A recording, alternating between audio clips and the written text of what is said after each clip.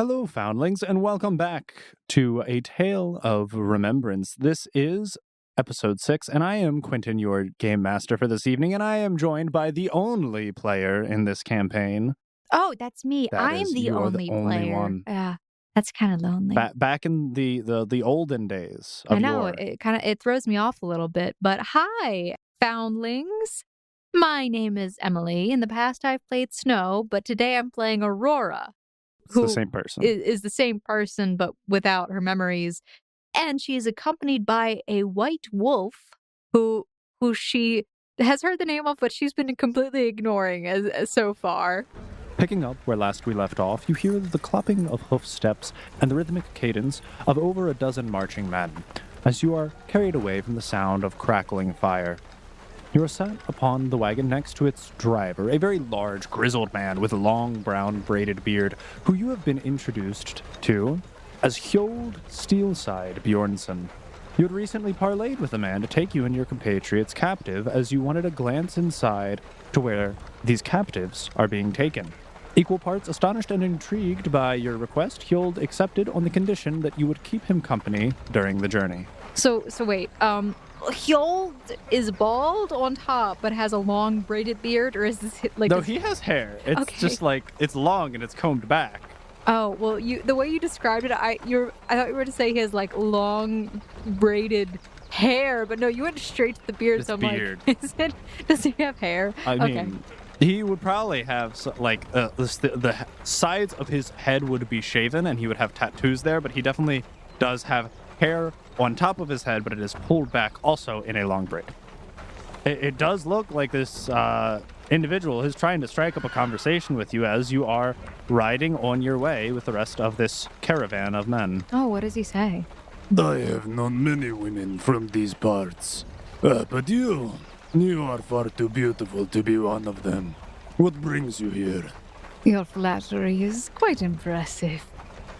I am... She seems to ponder for a moment before answering fully. On a mission. As I discussed with you earlier, from Draken's perspective, I am here to take care of his problem. And in my own way, I'm here to take care of a different problem. One that seems to keep stabbing me in the back and following me around everywhere. And by that, I mean the two men that are trailing with me. We're trying to find his niece, and I'm only doing so right now because I owe him a favor. Pesky thing, favors. They can stretch out far longer than intended. Yes, well, I'm hoping this will be over with soon. I have far more important things to do than find missing girls.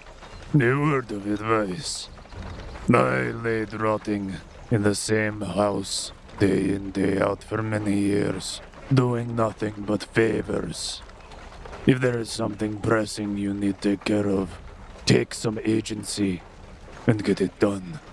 She looks thoughtful at that, but then she sighs. Yes, I would love to, however, I don't even know where to begin. Or maybe I do, and the person that I'm supposed to begin with is not someone I want to deal with at all. Well, barring from myself, I could say the same about you.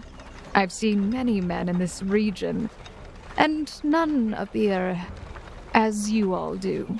I am sure of that. We are not a common breed. We are bred from the harsh, icy coves of the south. You are seldom to find men like us. Men like me and my brother. She smiles at that. I do appreciate finding men who seem to be very capable and don't appear to snap on a breeze in the wind. You can thank Fearin for that. He brought us here. At first we were raiders in the southern seas, and our halls were littered with plunder. But as the years passed, we grew content, thinking we had seen all the world had to offer, and we never left the sea that we were born to. Fearin led us here to lay claim of the coast of the northern lands, and told us of all that lay in store even further north. What lies in store further north? Kingdoms, castles, great halls of gold, lands under the control of mighty empires. I see. Interesting. And so what are you doing now, dealing with this group, having to take all these people? Is this part of your plundering? I wish. We were told the North was a land of gold, riches, plentiful land, ripe for the taking. But first we would have to conquer that which lay before us. Nevertheless, we did as we always do, and we went to Viking. The pillaging was easy. The towns were weak, oversized for their meager populations, and scarcely defended, as if they never thought anyone would attack the city itself. But once we took this town of beginnings, everything changed. The orders of further conquest stopped coming. In fact, we were instructed to cease all raiding in the area immediately. Viren has seemed to have holed himself up in that accursed keep, shored up his defenses, and grown as I once was, complacent. He doesn't even dare confront his men himself. Instead, he just sends messages. No new raids, just orders sent from a snow-white barn owl. What keep is he sending this from? I only know of very little in the area. I'm actually not from here. The only keep that's in the area, it would be the Baron's Manor, that damned impenetrable fortress, with 30-foot walls guarded by hundreds if not thousands of men at any given point. Are you talking about this town of beginnings? Or the Baron's keep that lies beyond, more so. She gets this flash of understanding. I see. So you haven't seen Viren in quite some time, it sounds like. What kind of person is he? When I knew him, he was unassuming. A man of tall but slender demeanor, well-dressed but fierce, cold blue eyes. But most people don't know Viren's identity, and some say he's a magic rune wielder who can control the fates. No one's even sure if they've ever seen his true face. Some even say rumors that he's a druid, and not a coward at all. And the times we see the barn owl that has delivered messages to us, it's been him fluttering down from above. I highly doubt that. There would be no use flying around trying to deliver messages that way. Although it would be quick, but I doubt that he could have done that as a barn owl himself. But you say a rune wielder, magic user. Why are people saying that exactly? Rumors. Again, it's hard to say. Mysterious disappearances, feats of uncomprehendable occurrences, elements falling from the sky, lightning striking with arrows. All of it could just be blood-dazed hallucinations from men hit too hard with a hammer in the head in the midst of battle. So do you believe in magic? I believe in what my eyes can observe. Well, we'll have to see what happens with this Viren of yours, if he's man, myth, or legend. And where exactly are we heading now? Are we going back to the keep? In sort. We're headed to the Raiders' Gate. I'm not familiar with the area. You'll have to give me an idea of the direction. We're coming on to the town of beginnings from a southwesternly direction. Aurora shakes her head as if understanding. She smiles too. She has no idea what this means, because she's not very familiar with the town of beginnings anyway. The bureaucrats in high places like for us to keep our business discreet, so we're only allowed to use the Raiders' Gate. I heard from a guard at one point that there was a sort of cave where these people were dropped off. Is that where we're going? A cave is an uneducated man's description. The Raiders' Gate is a modification of the underground sewer system that has been underneath the town of beginnings for quite some time. A sewer system. That is interesting. I didn't think of that before. To be fair, I also didn't know that they had a sewer. A bit more advanced than I would have thought for this town.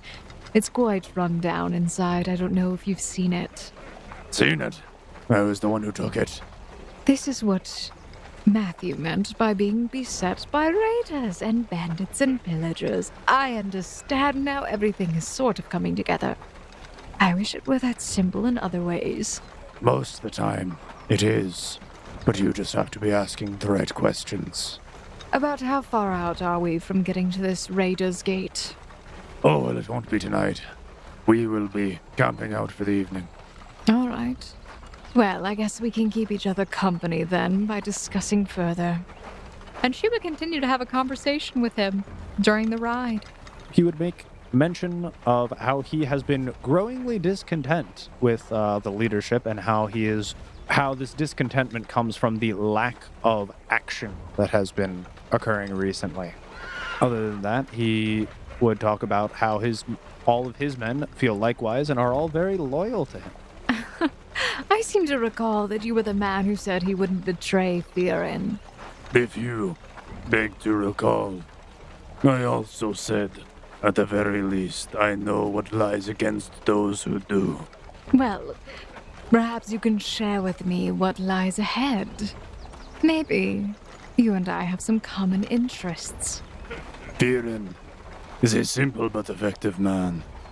You either serve him, or it is death to those who oppose the White Wolf. She kind of laughs a little bit, getting this idea in her head. But what if we were to say that I was the White Wolf? What a thought indeed. After all, I mean, what is a man named after but his accomplishments or his appearance?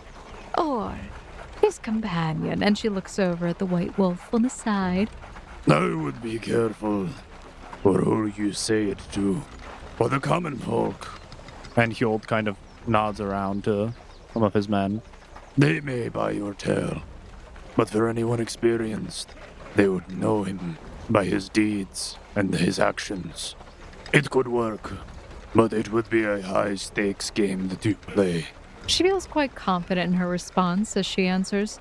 Perhaps that is true. However, I will say, I fear no man.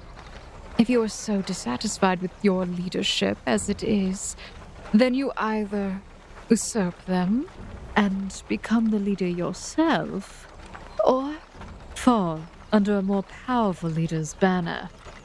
I see these as your only options if you truly find yourself in a place of dissatisfaction. I will fall under no leader or their banner. I bend my knee to no man. I take what I need to survive and live comfortably, as do my men. Then I don't see the problem of you attempting to get rid of this leader who does nothing for you, especially if you were promised riches in the far north, and yet you're stuck here in this backwater, low-life region. The problem with overthrowing is once again the damn 30-foot walls. The guards by the hundreds, if not thousands. So why not just sneak in? Do what we're doing, get in through the backside, and then you're set. I don't know who you think you may be referring to, but discretion is not exactly my group's specialty, nor is dishonor. Then I don't know how to help you. You continue to say you're dissatisfied, but you do nothing about it. We do. We help ourselves. And then you get people like Draken who are irritated with you and send people like me who don't care what Draken has to say after you. And so the cycle goes on. And I continue to do what I want. And that maybe I shall even press north for myself. That is an option for yourself. However, I do know that I will not be staying here for too much longer. I fear like my journey will take me elsewhere. You wouldn't happen to know of any healers in the area, would you? Or someone powerful? No, around here, I know a very few individuals. Back where I came from, there was a Sidir, one who could see into your fates. And she would use her power to heal those afflicted if granted the power. Well, that doesn't exactly help now does it? All right. Well, dear Hjold, We've got a bit of a journey ahead of us. Feel free to ask away. And she'll continue this conversation with him, discussing whatever comes to mind. You two have a relatively cordial, but yet also political and philosophical conversation along the way. It seems as if Hjold himself is, in a way, a man of vision, but also one of honor and loyalty to a degree. He has a code of conduct, but he seems most loyal to himself and his men, less so to who he serves. After having traveled quite a distance, placing yourselves further from the village which you have left behind, it does appear as the sun begins to sink lower and lower into the sky, and the raiders' caravan is beginning to slow down. A number of the Vikings have stopped entirely. You notice as the people are setting up tents and starting fires. Some are drinking and laughing loudly, while others are still beginning to settle in for the night. You've reached an area filled somewhat with hills, and they begin to set up camp under the cover of a slight stone overhang on the edge of a forest just off the main road. You're not quite sure, but you think maybe off in the distance you can see the town of Beginnings, but it does still seem miles away.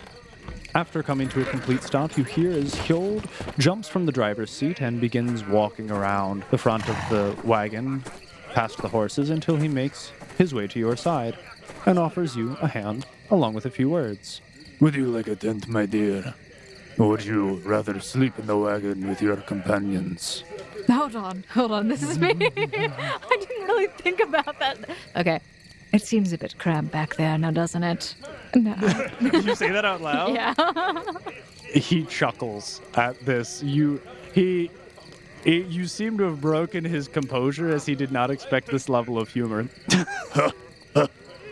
Indeed, one could say that. I would prefer to have a tent rather than have to sleep next to the men that, well, they smell of sweat and musk. As all men do, but that's too tight of a space for me. As you wish. After assisting you down from the wagon, Hjold begins walking off into the heart of the encampment of his men, heading towards a large tent set in the center of the encampment, which is about 30 feet away from the wagon. What do you do? She begins sort of walking through and gestures for her wolf to come closer and walk beside her. The wolf follows, and you do notice that while all of these men are setting up camp, a number of them are watching you very closely, but likewise, your wolf. She'll actually sort of stand there for a moment watching as they set up, and then after a brief time, she'll begin walking towards the back of the wagon to see maybe if she can look inside. After having observed the encampment for a while, you do notice that there are a little over half a dozen tents being set up, for Hjold has a little over 24 men. But as you make your way back to the wagon to follow up with your compatriots, you do notice that there are two of the raiders who seem to be settled around the area in the back of the wagon, rolling out bedrolls right outside on the dirt and making a small fire. Okay. Does it seem kind of is dimly lit back here at this point while they're lighting it? Or? It is dimly lit. The sun is setting at this point, and the fire is still small in stature. Okay. So there do seem to be two raiders on guard on the back of the wagon. She'll walk over. Pardon me, gentlemen. Raiders. Men in general, I guess.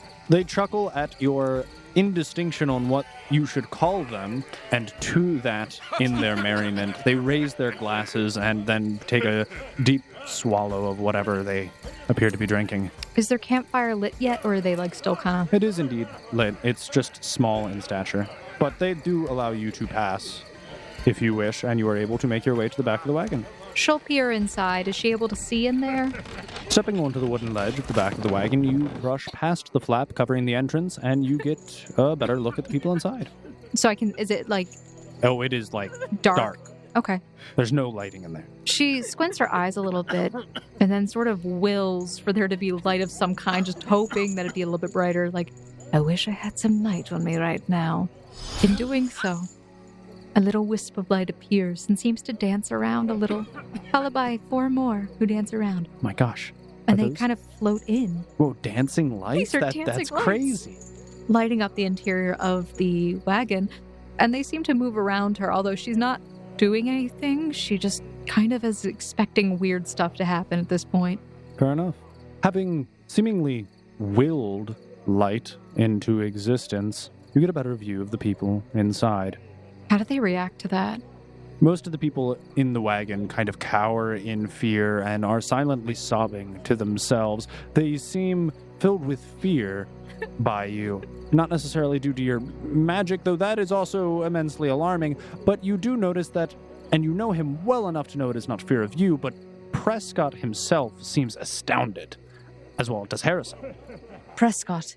Harrison. Miss Aurora, I didn't know you possessed such capabilities. What are you talking about? The lights. Yes, quite fascinating. Now, unless you're trying to feast on some flies, I suggest you close your yammering skull cave. I have a bit of information for our little endeavor here. Well, if you would, please come closer and share it, as seeing as we are a little bit Tied up at the moment, and they both lift their hands, who are similarly to the rest of the people in there, chained to the boards of the wagon inside. Is there like a small ledge to sit on? Like, there's bars, right? So like door. There's no door. So it's per like se. open back. There's yes, it's an open back flap which you walked through. There are benches on either side which people are sitting on, and there's one center metal rung which seems to be fastened to the floor of the cart, to which there are chains coming from, which are each leading to the manacles which are on people's hands. She'll walk over and sit on one of the benches, leaning very casually, but also whenever she leans or sits like this, it's also seductive. It's not on purpose at this point. It just kind of happens. Exactly. Thank you. Yes, there's a few things. First of all, I was not aware that your entire town had been completely taken over by the raiders at some point. Now, I don't know what lack of information we provided, but I do believe we made that almost explicitly clear. Well, it wasn't very clear to me, after all. There's been a lot of other things going on with me. Besides that, it seems that their leader has been, the way that he has put it, or the way that I'm putting it, is that he is missing, so to speak. They haven't seen him for quite some time, this Viren, who's also known as the White Wolf. Of the South, indeed.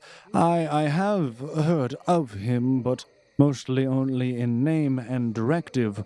There are whispers through the halls of the courts. His decree is still passed down, though only through messenger. Don't you find it a bit odd? And what messenger do you know of? Well, there are numerous ones.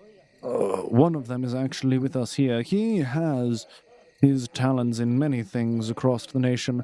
The individual which you incapacitated earlier, I do believe was one of his spokespeople. That ass? Oh, I'm so sorry. Ladies' words.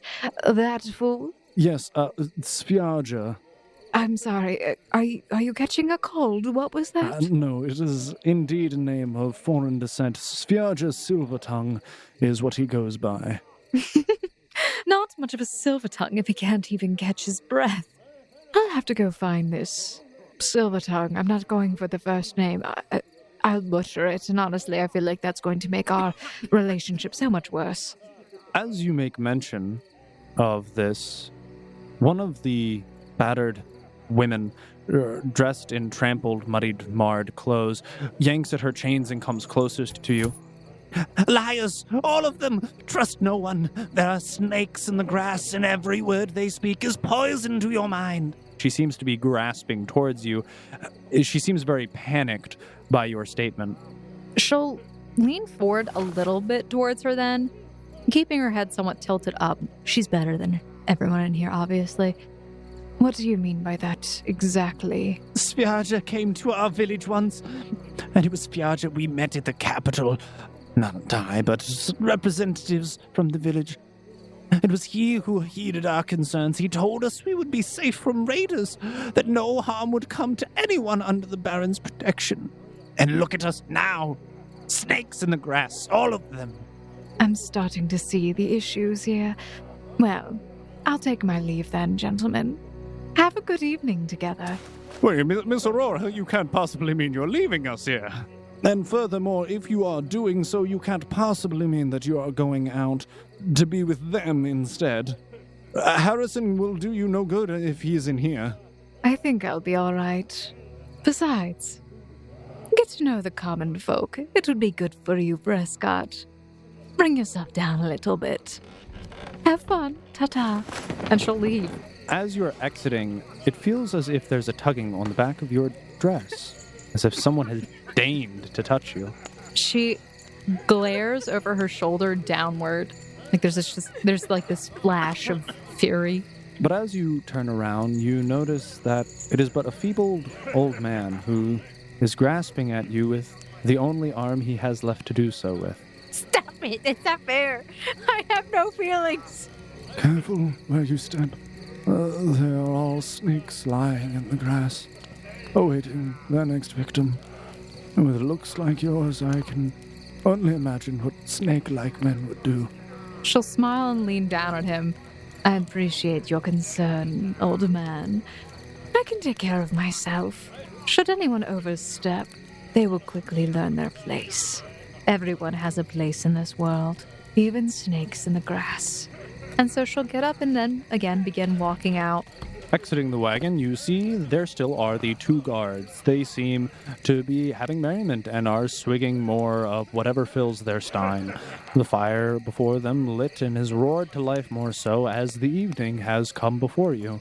You're now outside the wagon, but where is it exactly you go? Let's see. Yeah, that's a really good question. Well, Wolf. She'll signal for the wolf to come closer, once again walking at his side. Wolf, how do you feel about this area? Having an empathetic link with this creature for some reason, you feel as if where you currently are makes him feel uneasy, and he feels defensive and protective towards you, as you do notice that many of the men around the encampment are kind of eyeing you up right now. Great! Welcome to the medieval ages and Vikings.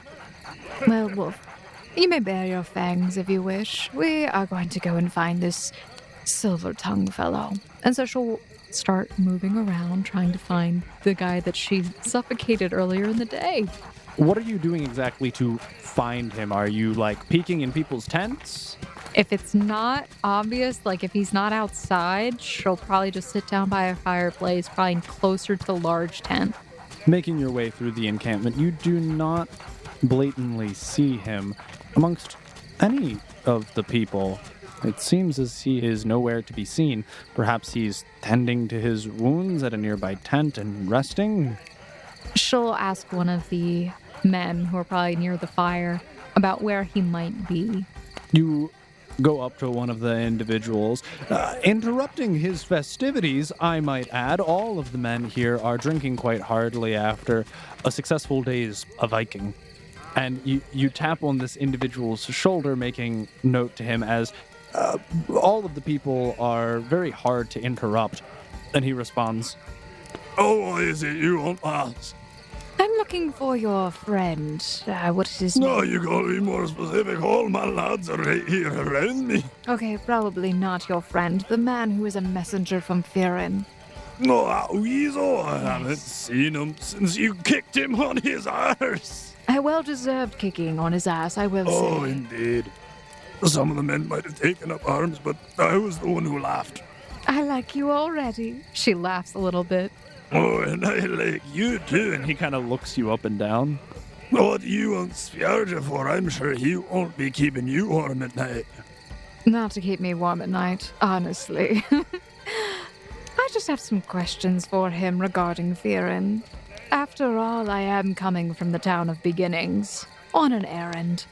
A number of these heavily intoxicated men do seem to be approaching you and getting closer.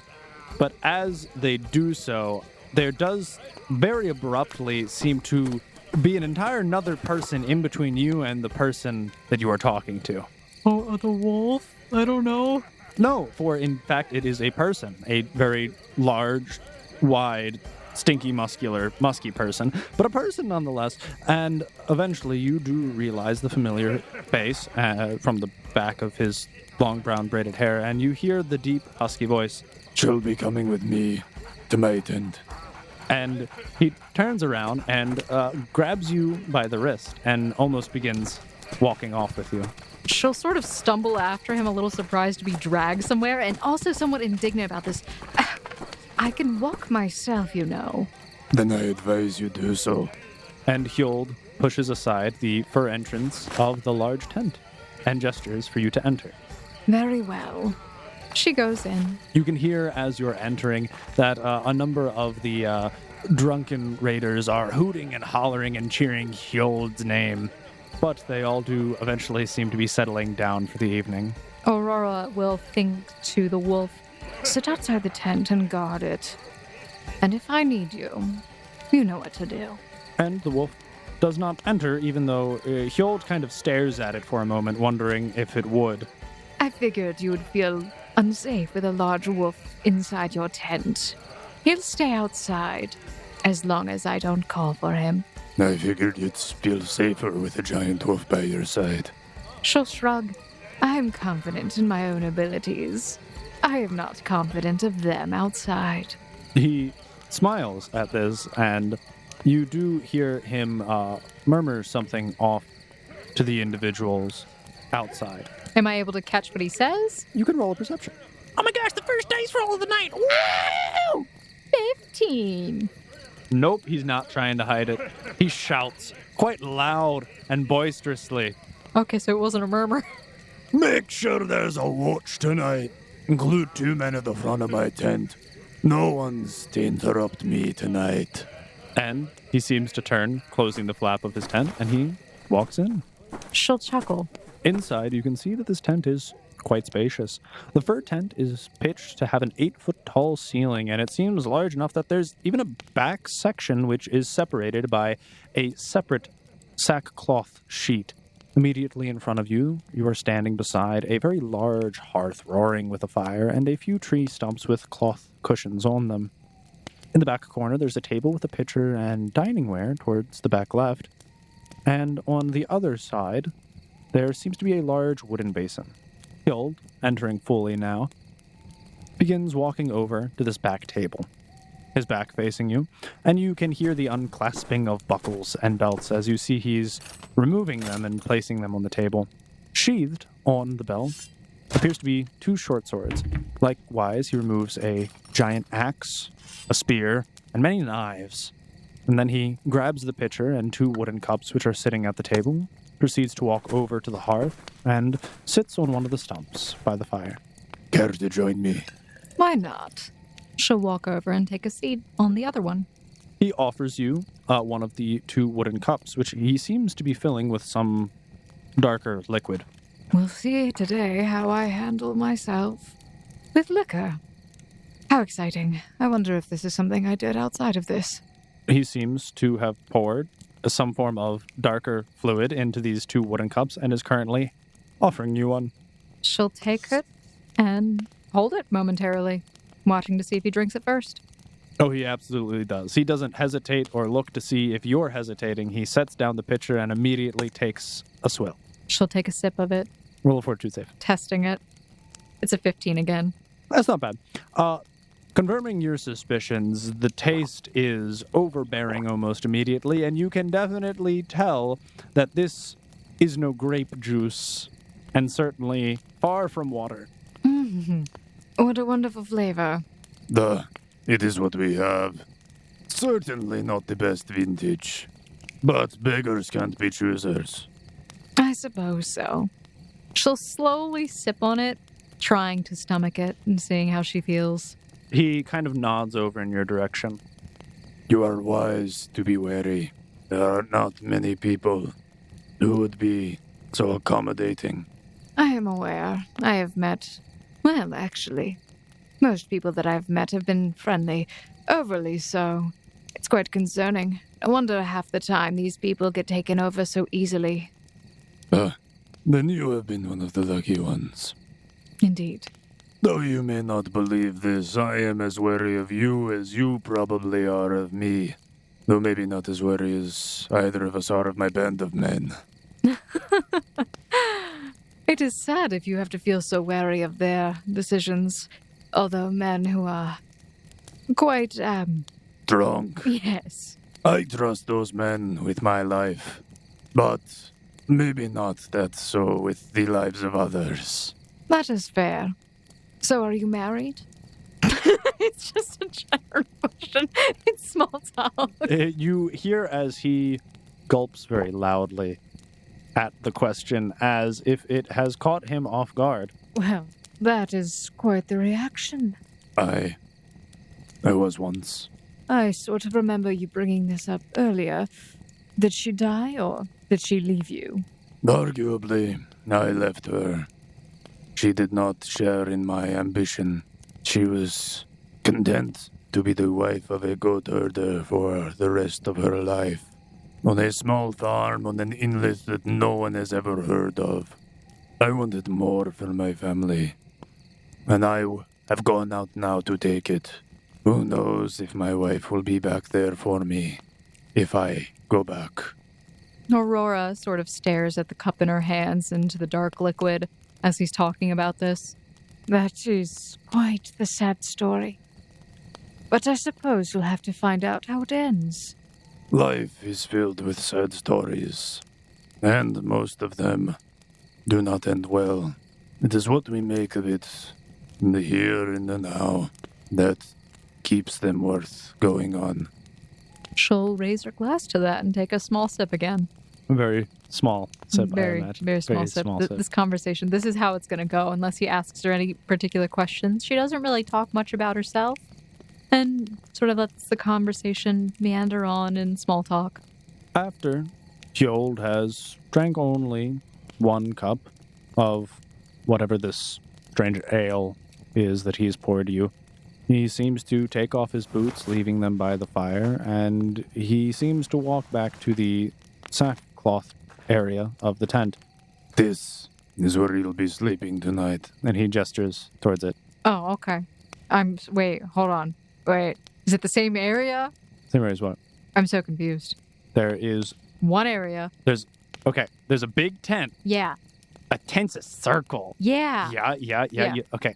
There seems to be a part of the circle that's cut off and separated by a large sackcloth sheet. Oh, okay, yeah, no, so she'll go over there. Okay. He seems to gesture inside. You push past the sackcloth as he's kind of holding it open slightly for you. You have to bend and duck down a little. But as you go in, you see as there's this very large area that seems almost like it's on a platform. It seems somewhat cushioned by a layer of multiple furs, and there does even seem to be a few pillows there as well. She mentally is beaming because in her mind this would be her first time going camping. It's glamping, guys. But on the outside she's very calm. Glamping indeed, because this bed of sorts that is before you does seem like it's large enough to sleep multiple people. Sounds good. She'll take her shoes off and go over to the bed, I guess. And you make your way, settling in for the night beneath layers of many furs. Warm and cozy, you hear the crackling of the fire outside, as eventually the haughty laughter of men settle down, and everyone seems to be retiring for the evening. She kind of mutters under her breath before sleeping. This is the biggest bed that I have laid in. Large, warm, and comfortable, you drift off into a pleasant but brief sleep. Jostled from your slumber, you are awoken by screaming. Surprisingly, though, it doesn't seem to be coming from the direction of the wagon of prisoners. As you become more coherent, you can hear and clearly distinguish that it is the sound of clashing steel, crackling fire, and the war cries of men. What now? Why is there screaming? She'll get up and put her shoes on kind of slowly. Oh, I'm sorry about this. Wolf, what is going on? What did you do? What did he do? Nothing. No, it's not him. I was trying to think of one word that he could say, but the one word is just such a meme that I don't want to say it. What's the meme, at least? Ambush. No, are you the bush or are we being him? No, say it. It's so... That's so bad. It's supposed to be a serious toned campaign. Quinn, I'm sorry. You can sense agitation and frustration in your wolf as he seems to be guarding, and you can actually hear through the thin tent walls. He's growling, and he's actually just behind you on the other side. Night's raid. Hjold, if you're not awake yet, you might want to get up. She'll go over towards his side of the tent. Pushing past the sackcloth, you see that there isn't any other area or room other than the large area in the center, and you see that there were a number of furs laid out by the fire in the center of the room, but you don't see Hjold there, nor do you see any of his weapons that were laid on the table or his shoes by the fire. Wolf, come around. I'm going outside. Exiting your accommodations, you are surrounded by a whirlwind of catastrophe. Tents lit aflame, drunk men's lives being snuffed out before they could even grab their swords. It appears as if the raiders are being raided, though these new agitators come wearing dark cloaks and stained black leather armor. Your wolf comes around and joins you at the front of your tent. Do you recognize the scent, Wolf? No. This is going to interfere with our plans. Shall we intervene? Well, maybe we should check on our friends first. And she just thinks for a moment. I called them friends. What a joke. As you exit the tent, can you please for me roll a quick perception check? That is a 13. You can see that there are men in dark cloaks shooting arrows from the cliffside above. There are even men on horseback constantly riding through the camp and with each lap slicing and hacking away at Hjold's men, and an indistinguishable number of men on foot running around, dipping in and out of tents. Certainly Hjold's forces seem outnumbered and outpositioned. But you see Hjold, currently standing in the center of the camp right over by the main large fire, still standing, still fighting, but he only has 4 of his men with him there. The rest are scattered about fighting for their lives or already dead, killed in their sleep or left in the muddied puddles of their own blood. But Hjold, however, does not seem like he's going down without a fight. Wielding a massive war axe, you see as he even has numerous arrows already shot into him, mostly in his shoulder and back, though there is one in his leg as well. This is not good, Wolf. Okay, so let's see what I can do here. So, unfortunately, due to your poor perception, you don't know exact numbers, but you do know that there are archers atop the cliffside. There are a few, not too many, men on horseback who seem to be riding in and out of the camp constantly, and there are an unknown number of individuals pursuing on foot as well. What do you want me to do, GM? Do you need me to roll initiative yet, or am I able to do something really quick? You can do something really quick, as you haven't really been engaged in combat yet, though there are a lot of, air quote, combatants around you. Wishing very hard to protect herself and make sure that she comes to not much harm until she completes her own objectives, she has this image kind of conjure up in her mind, and she reaches into her satchel and pulls out the piece of leather that Harrison gave her, and she focuses on it.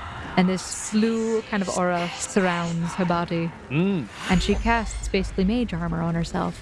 Aurora, unknowingly, but for the sake of our game that we play, casts mage armor on herself as you are given your +4 bonus to your AC. So you do notice that it does appear that the brunt of the forces are currently surrounding the wagon and seem as if they're almost, a few of them are trying to take off with the wagon.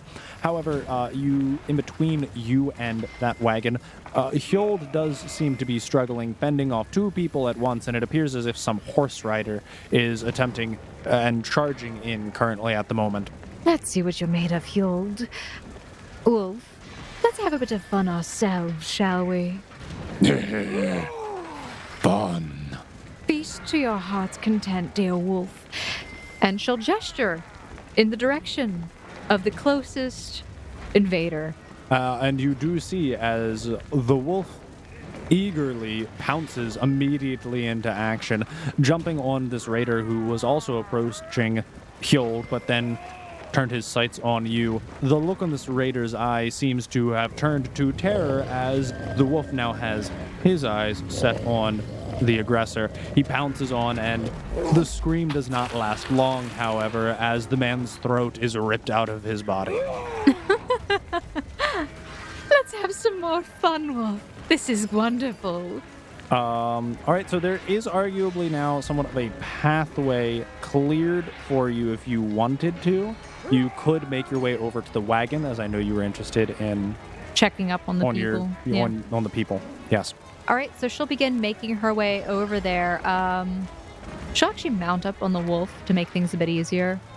Before you do that, as you did tell the wolf to have fun, it seems as after immediately having disposed of one of the would-be attackers, he has immediately jumped to the next one, which currently has Hjold entangled in combat. The wolf doesn't even bite down on this one, however, just kind of swats at him with his paw and knocks him away as you see the man go flying dozens of feet until he lands and is knocked into a tree, falling unconscious. Aurora actually has her hand over her eyes, watching. Following in suit, Hjold, not one to be one-upped, he actually steps forward as there is a rider incoming towards your direction. Seeing that the rider is approaching you, he actually takes a step towards him and intercepts the rider as he's coming onward. The rider attempts to slash with a lance and does bear down on Hjold's side, grazing him. However, the rider is met firmly with Hjold's axe in the chest and is actually completely knocked off the horse. And you see as Hjold, putting his full force into this swing, bears down on the rider's chest, the axe meeting, and actually penetrating the full plate armor, cracks it open as the rider is knocked off his horse, and then the axe is then brought down with full force as the rider is plunged into the ground. Oh, this is wonderful. I am quite fascinated by the way that you fight. I fight for my life, for it might very well be the death of me. You see as a volley of arrows rains down in your general direction, a few of them hitting Hjold, but curiously enough, none of them actually landing anywhere near you or... No. And you hear... No. And you hear call out and cry above the screams. We have been delivered, men, and guided. Lady Aurora has handed to us this victory. Make sure no harm comes to her. Death to those who oppose the White Wolf.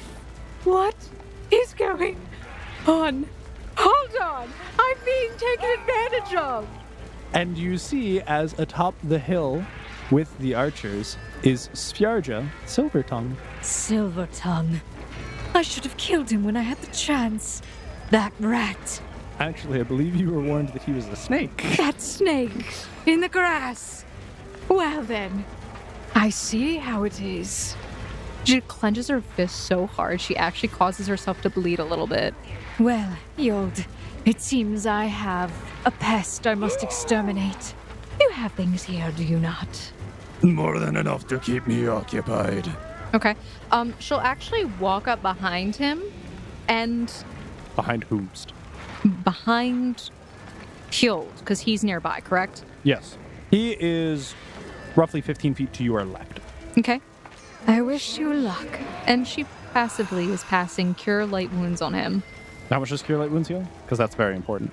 Oh, it's Cure Moderate Wounds, I'm sorry. 2d8 points of damage, plus 1 per caster level. So it'll be a max of 10, plus the 2d8s. You notice as this touch seems to bolster Hjold, and he even reaches back to some of the arrows that are sticking out of his back and just breaks them off, and begins charging, enraged, into combat. Did I do that? I'm so good. What? All right. Well, time to take care of this little snake. This poisonous little beast. Wolf, come. Obediently, the wolf rushes over to your side, though he does seem to be dragging the leg of another man with him. She'll climb on top of him. Mounting your ferocious steed, you begin moving with him. Now let's go get this little silver tongue. You have quite a ways to go, and some of it will be treated as difficult terrain because you kind of have to bob and weave over a bunch of tents and dead bodies, as well as logs and campfires, which are kind of in your way, impeding your movement from where you currently are to the cliffs, which are nearby. Yeah, she's going to be riding up, and as she would like for him to attack any nearby targets. And when this happens, I would like to cast a spell. Sure. So there does appear to be a few raiders between you and the archers atop the cliffs. You can dodge and dip finding cover behind these tents, and you do manage to approach one. Okay. So the wolf will attack. Would you like me to roll his attack? Sure. Well, I'm going to put it this way. It definitely is going to hit something. Oh, it's definitely hitting something. The roll was a 19 on its own. His attack is a 15. So then, yes, you aggressively hit. All right. And as this happens, she actually is going to cast. It is a touch attack, which she can cast to the creature, but again, she's not doing this consciously. She is drawing the life force of the creature into herself. It is called Vampiric Touch. I am disgustingly aware of Vampiric Touch. Your touch deals 1d6 points of damage per 2 cast levels, maximum of 10d6, so it'll be 10d6s of damage, and I gain temporary HP equal to the damage dealt. Okay. But I can't gain more than what the subject's HP is.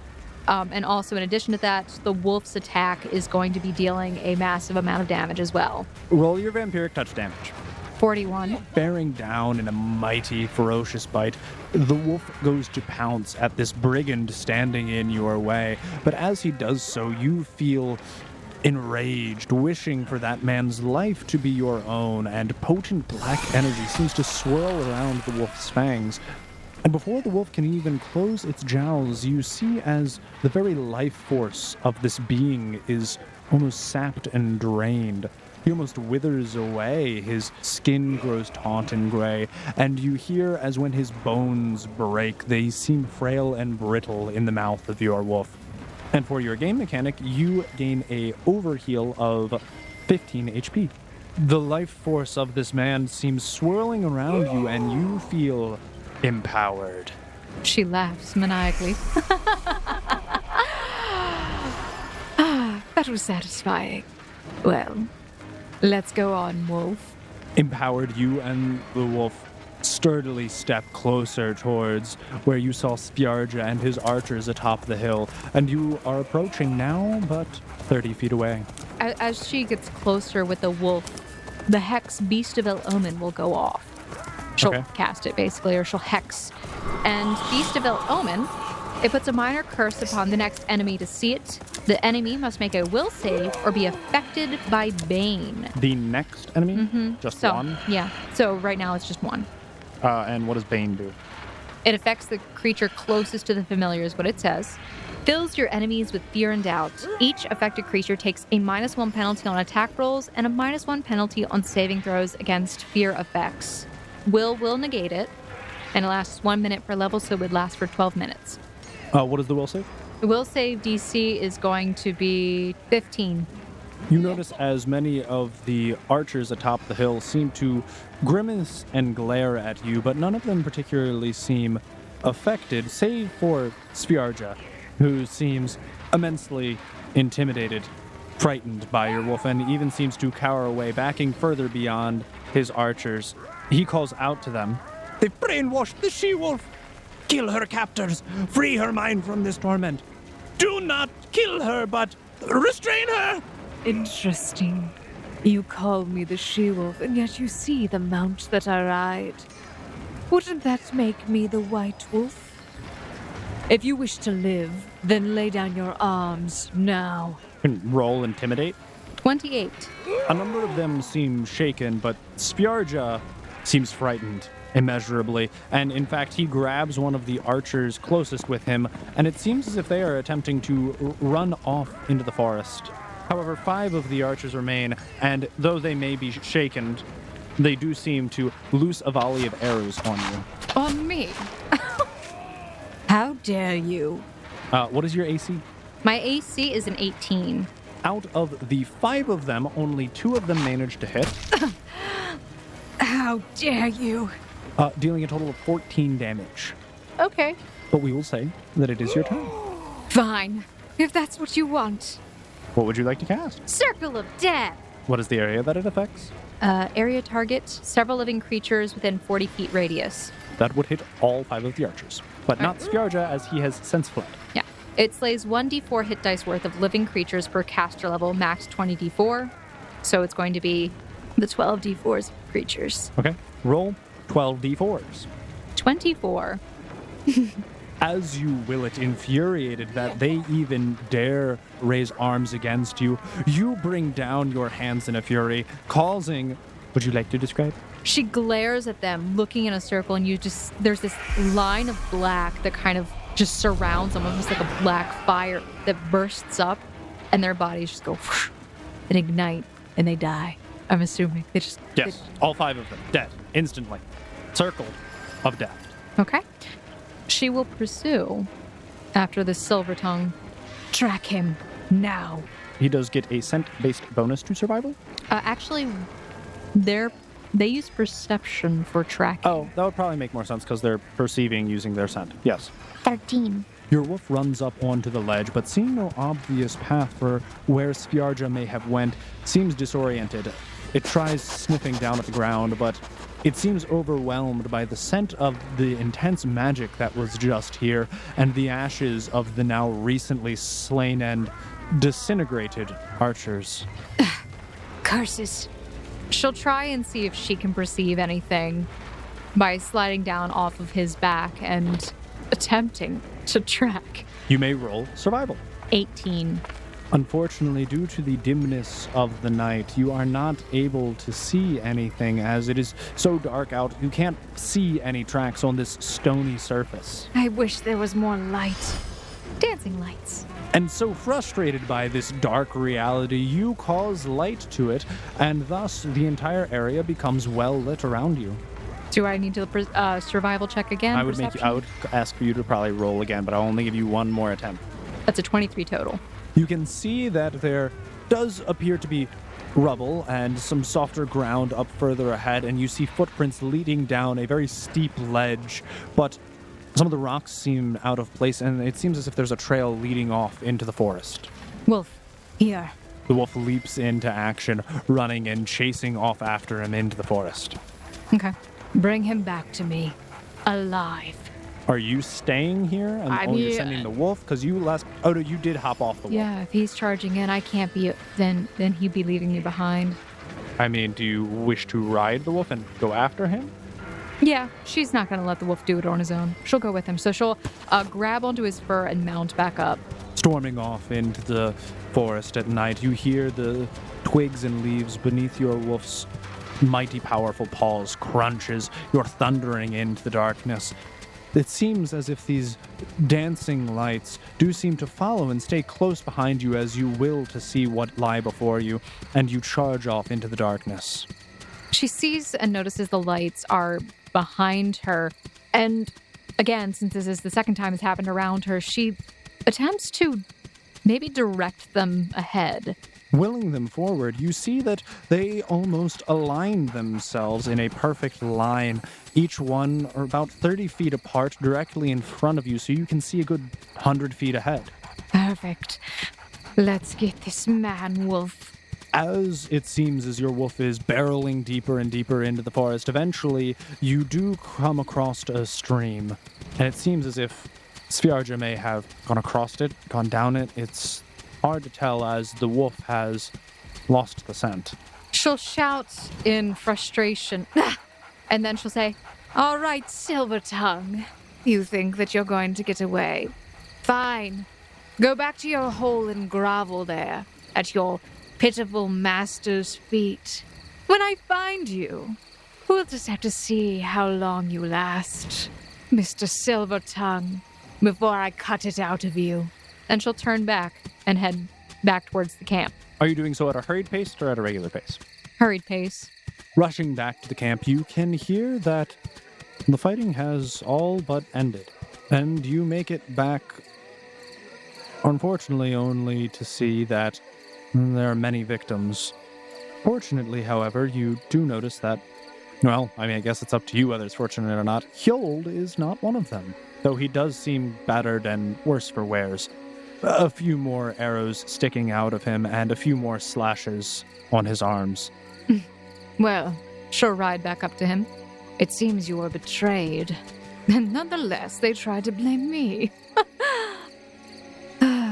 Like I said, I knew the fate that would befall those who defy the White Wolf.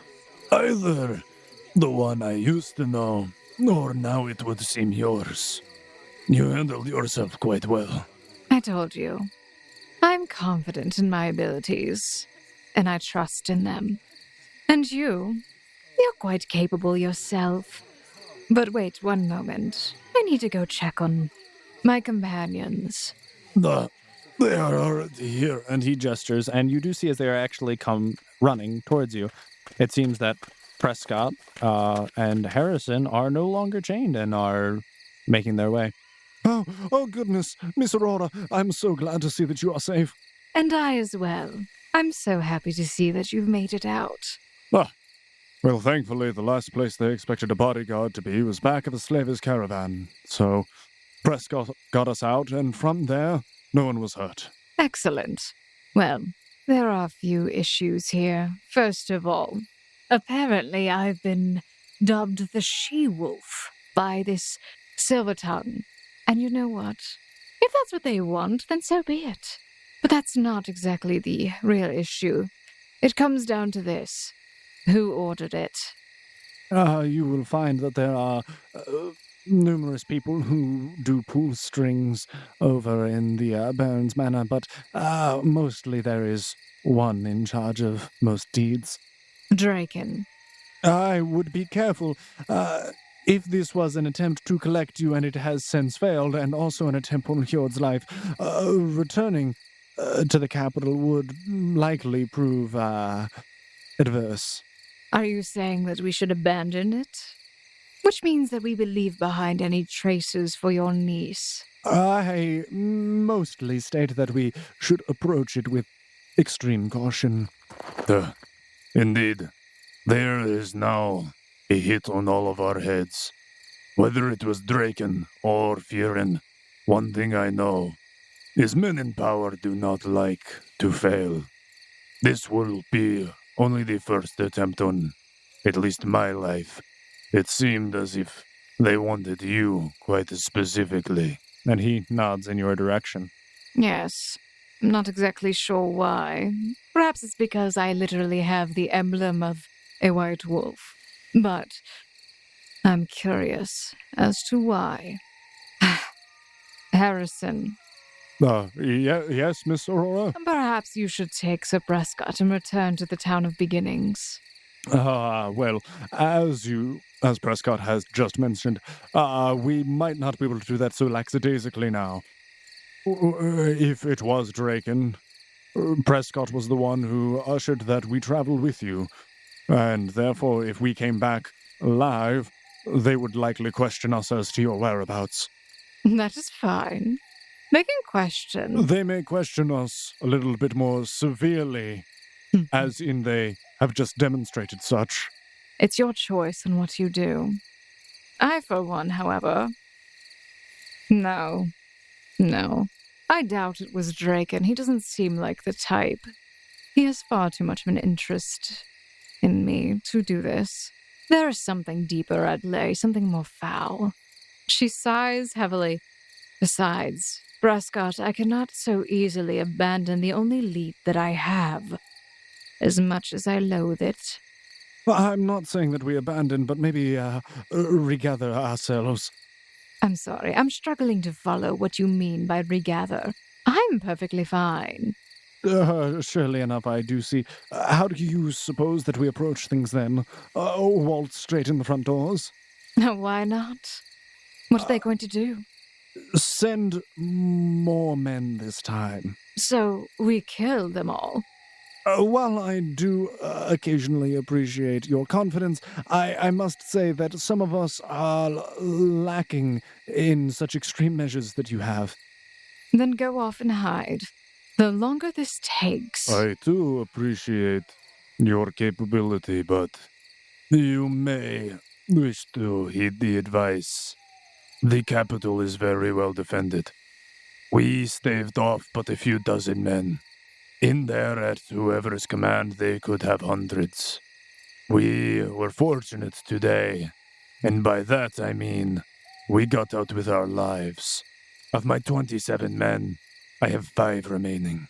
My forces dwindle, and, however capable you are, it is a risky choice. At least for this, let us take the evening, and, after resting and recouping ourselves, figure out our course of action in the morning. Whoever it was who put this hit on us, they will not get word of it till then. It takes time for news to travel. Perhaps I should have continued to pursue that little devil and killed him. It is good you did not. That way I may do it myself. I was going to bring him back, too, for questioning. But he's slick. He disappeared by running through some water. I couldn't track him any further. Very smart, unfortunately. So snakes tend to be, as they've done nothing except slither around and crawl on their bellies their whole lives. Well, perhaps we should take up that offer of sleep now.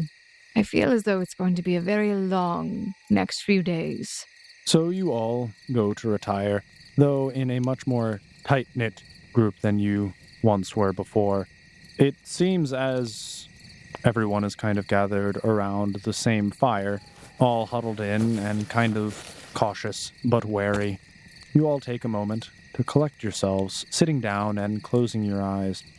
You, Aurora, concentrate on your breathing, try and casting out the pain from your few wounds, but the mental strain that you seem to have accrue from this set of circumstances. But something breaks the silence and your concentration. You're barely able to hear it, but off in the distance there's a single soft flap of a wing, and you feel a disturbance as if there's a presence nearby. Where am I currently? You're just sitting around a campfire when it seems as if everyone else has kind of dozed off into slumber. She'll get up and take a look. Before you even get a chance to stand, you turn as you are resting on this log, and opening your eyes, your gaze is met with that of a snow-white barn owl perched on a stump just a foot away from you. Damn it. She looks at the owl. The owl peers deep into your eyes, but observing it further, you see that attached to its leg is a small cylindrical case. Oh, no. This better not be for me or anyone else here. You've caused enough trouble, apparently. It screeches somewhat at your action. I don't speak owl. It hops a little closer to you. I also do not tend to like owls. It kind of lifts up its one leg and gestures it towards you. She'll reach over and reach for this little cylindrical thing. The owl seems to allow you to grasp at the case, but as you do so, it actually comes down quite quickly and nips at a bit of your flesh, injuring your hand, but then also flies off, scraping off the cylindrical case. It seems to have plucked a bit of the flesh off of your hand, leaving but the note in your grasp as it flies off into the night. I swear to God, if he is trying to track me right now. She'll open up the little cylindrical tube thing, or paper. Is it a paper or a tube? It's a cylindrical tube. She'll open it up. And it seems to contain a raveled scroll of paper. Oh, dear. She'll open the scroll. It reads as follows.